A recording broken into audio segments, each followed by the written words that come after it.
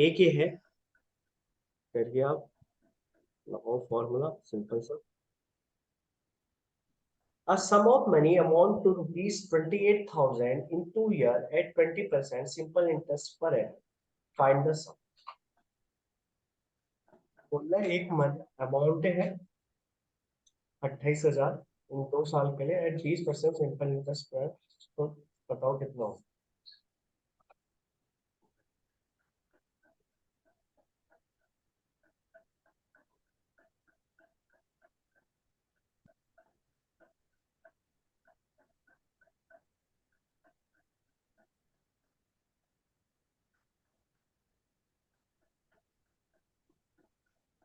पचास हजार कितना आ रहा है? 50,000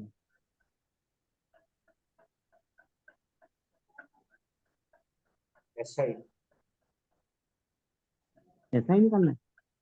ऐसा ही निकालने का तुमने ऐड किया ऐसा ही होगा तो आ उसको।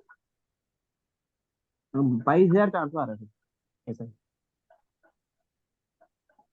28,000 को 22,000 लग गया, 2200 आ रहा होगा, ऐसे कुछ आ रहा होगा।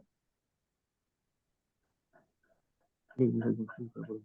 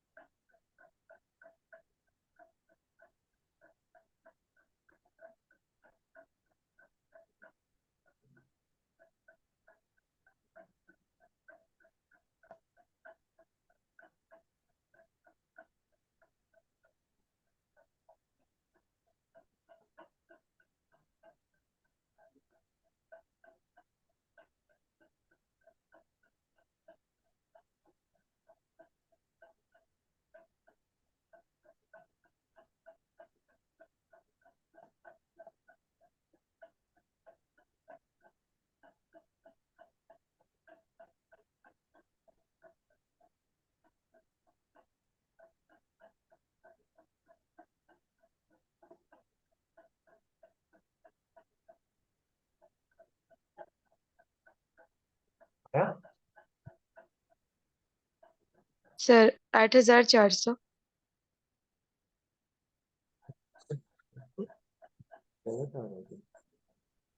अब तुम्हें लगा होगा S I equal to P into R into T into upon. 11,200 आ रहा हाँ ऐसा कुछ समथिंग है।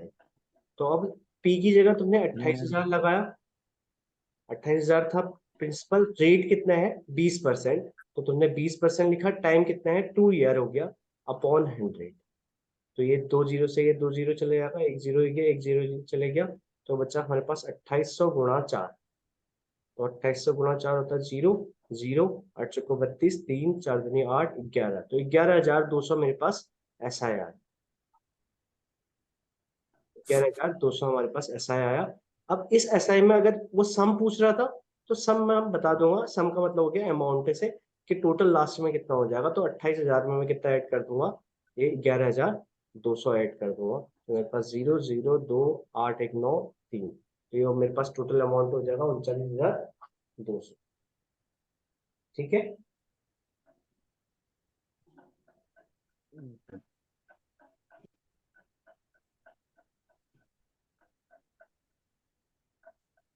अगर तुम डायरेक्ट इसको करना चाहते हो तो देखो, अगर ये कैलकुलेशन बहुत बड़ी वैल्यू नहीं है, जीरोस पे है, तो हम 28 टूजा हो जाता है हमारे पास 28 टूजा 56। तो ये हो जाएगा 56, 5,600 एक साल के लिए। ठीक हो क्या? 5,600 का डबल हो जाएगा 11,200 सीधे। ठीक है।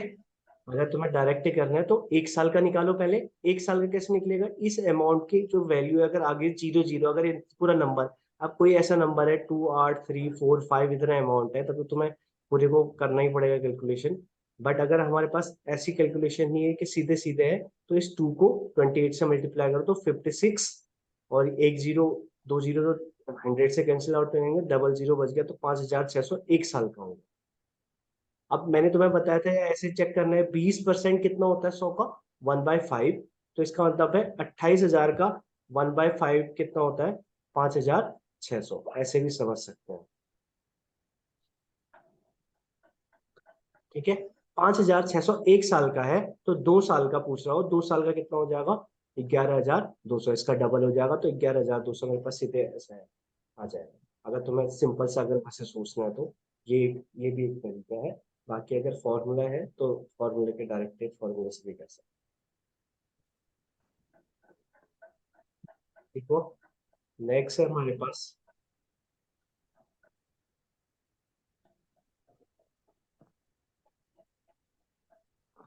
एक है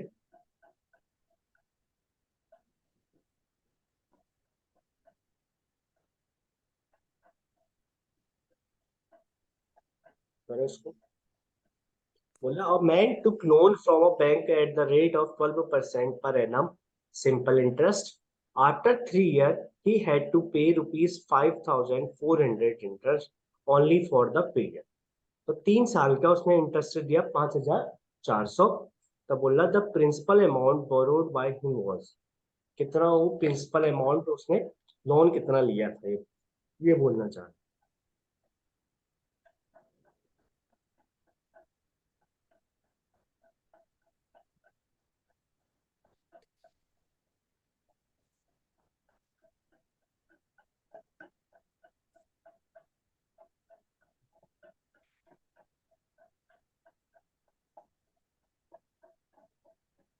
15,000।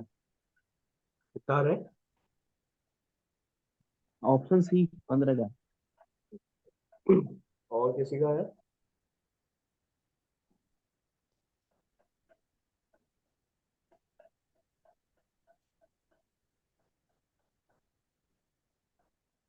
यस सर, इतना ही है, 15,000। हम्म,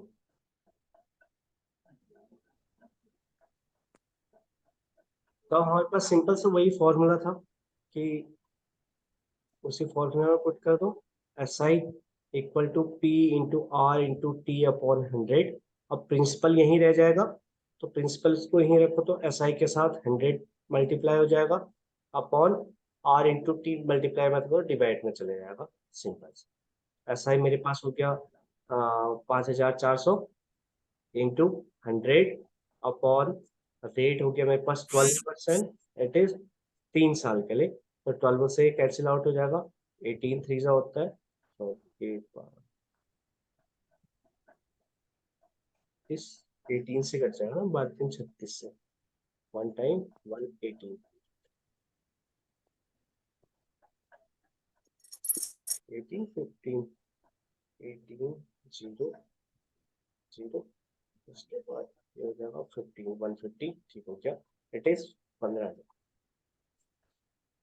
ठीक है।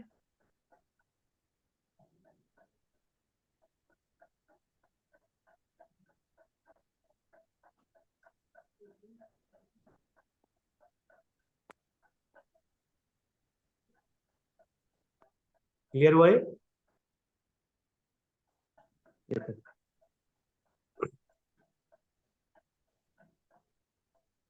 नेक्स्ट में आते हैं हमारे पास क्वेश्चन। इसमें किसी को प्रॉब्लम है तो बताओ।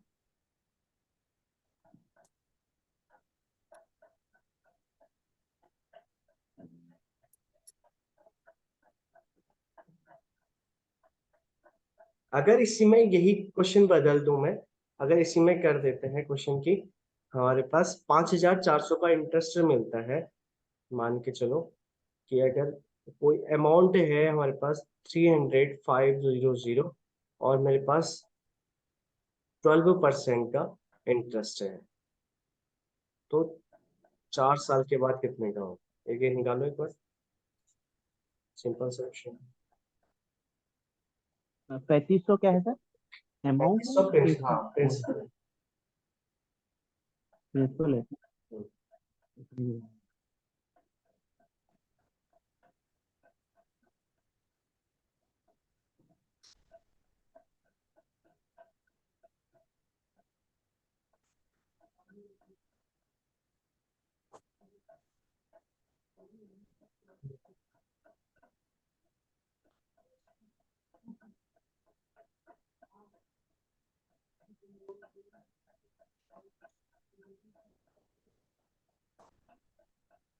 1680।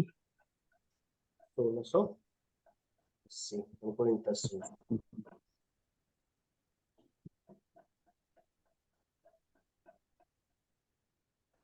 आया किसी का? Yes sir. यस सर, यही आया है।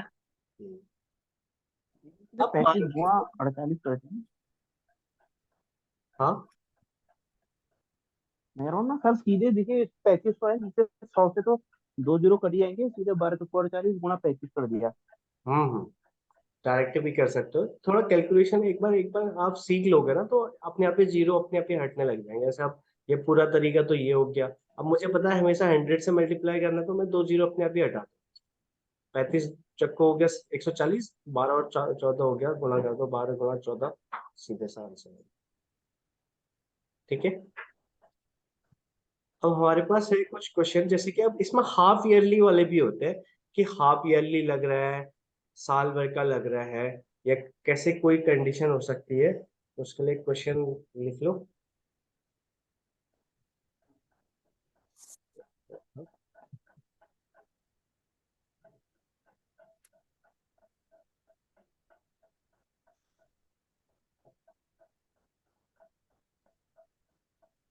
अब जैसे मान के चलो कि कोई 12%, इसी यही क्वेश्चन है, मान लेते हैं 5400 प्रिंसिपल है। ठीक हो क्या? उस पर रेट ऑफ इंटरेस्ट लग रहा है 10% पर एन। ठीक हो गया? हर साल उसको 10% इंटरेस्ट लग रहा है। तो हाफ ईयर के लिए कैसे निकलेगा, या 6 मंथ के लिए कैसे निकलेगा? अब इसमें ऐसे आता है, 6 मंथ हो गया हाफ ईयर, उसमें आएगा हाफ ईयर आधे महीने के लिए। एक आता है 4 मंथ, 4 मंथ हो गया मेरे पास कितना,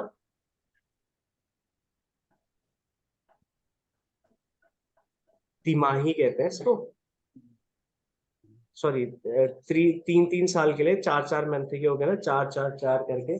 तो हमारे पास 3 हिस्से हो गए, तो हाफ ईयर का 1/3 पार्ट ऑफ ईयरली लगाते हैं। और उसके हो गया फिर 3 3 मंथ वाले हो जाएंगे 4, 1/4 पार्ट ऑफ ईयरली।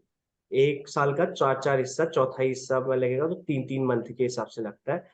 बाकी हो गया 6, 4 और 3, मिनिमम ज्यादा से ज्यादा 2 मंथ वाले क्वेश्चन आते नहीं है आपके उसमें, मेनली 6 मंथ वाला क्वेश्चन आता है।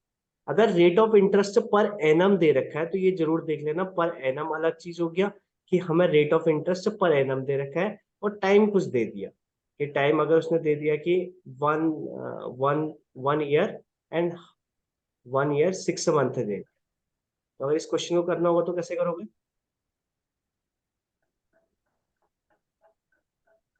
सर टाइम को ईयर में चेंज कर देंगे। हाँ, टाइम को सबसे पहले ईयर में चेंज करते हैं।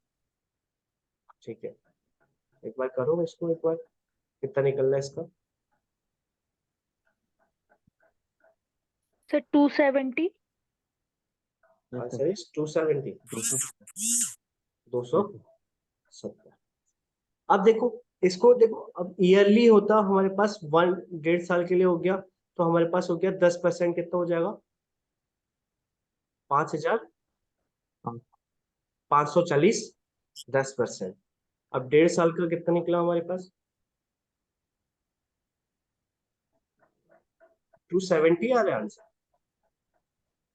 एक साल का 540 रुपया, तो सर 1.5 साल, 270 6 मंथ के लिए था। 6 मंथ के लिए तो 270 था। 1 ईयर 6 मंथ पूछ रहा हूँ मैं, बोल रहा हूँ 1 ईयर हो गया और 6 मंथ टोटल टाइम, ये बोल कि हमें 1.5 साल के बाद कितना मिलेगा। अच्छा, आप लोगों ने खाली ओनली 6 मंथ निकाल रखा है, तो हाँ उससे भी कर सकते हो ओनली 6 मंथ के लिए। तो 1 ईयर का हो गया 540 और 270। तो उसको सीधे करने के लिए हम क्या करेंगे, 6 मंथ को हम चेंज कर देंगे, इसको 1 पॉइंट ऐसे लिख लो, 1.5 या 3/1 ईयर प्लस हाफ करोगे, तो दैट इज 3/2। तो हम principal into rate into time upon 100 करेंगे, तो प्रिंसिपल 5400 इंटू रेट हो गया मेरे पास 10%, और टाइम हो गया मेरे पास 3/2 अपॉन 100। तो ये जीरो से जीरो गया, ये जीरो से ये जीरो चले गया, 2 से ये चले जाएगा 270 टाइम 273 से निकल जाएगा सीधे आंसर। 30 7 21 5 सॉरी 7 21 3 6 7 8 810। तो ये 1.5 साल को कैसे कन्वर्ट किया, एक बार वो सुना दीजिए। 1.5 साल कैसे निकल गया?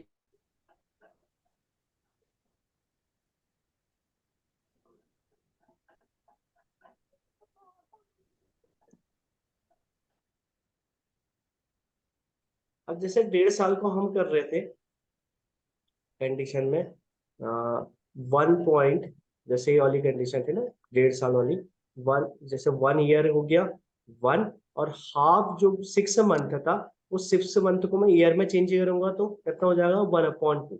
अब दोनों को मैंने ऐड किया तो मैं एलसीएम ले लूंगा 2 और 1 का एलसीएम इज 2, तो ये हो जाएगा 2 1 जा 2 + 1 इट इज 3/2, तो ये आ गया 3/2 ईयर। या ऐसे लिख लो या पॉइंट में लिखना चाहो तो पॉइंट में लिख सकते हो कि 1.5 ईयर, तो उससे भी निकल जाएगा। तो प्रिंसिपल था 5400, रेट था 10% इंटू 1.5/100, तो इससे भी निकल जाएगा। 0 से 0 0 से 0 कट गया, 15 से मल्टीप्लाई कर दो आंसर निकल जाएगा 60। एक पॉइंट से 0 चले जाएगा और बना 75 और 800।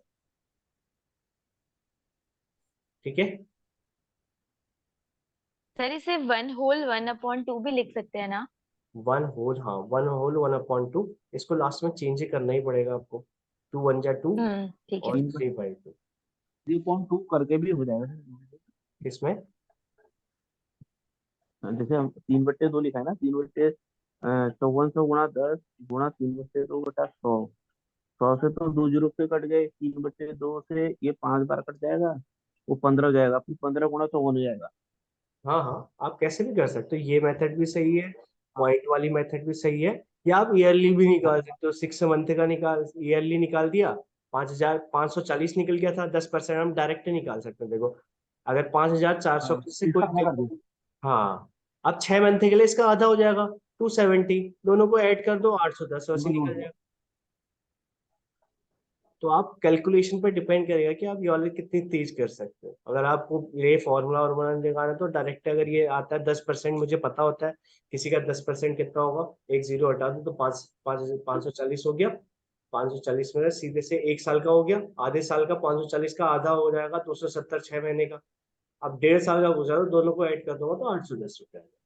तो ऐसे करना चाहो ऐसे है, ये करना चाहो ये भी है, ये करना चाहो ये, आपको जैसा सुटेबल लगता है वैसे कर सकते हो। ठीक है, इसमें आज अभी क्लास में कोई डाउट है अभी तक के?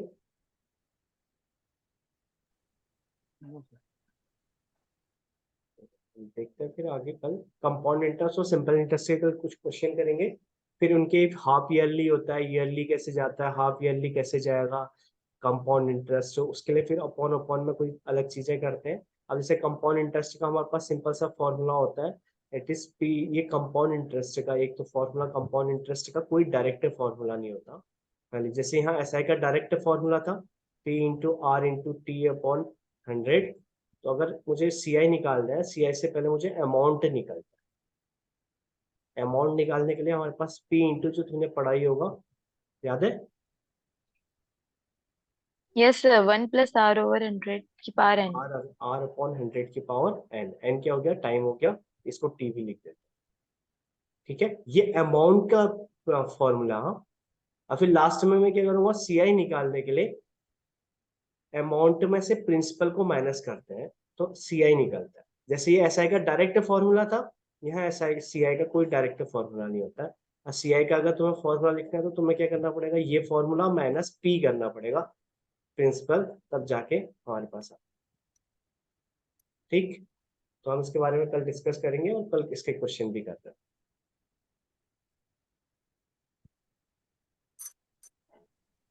ओके। ठीक है सर, थैंक यू।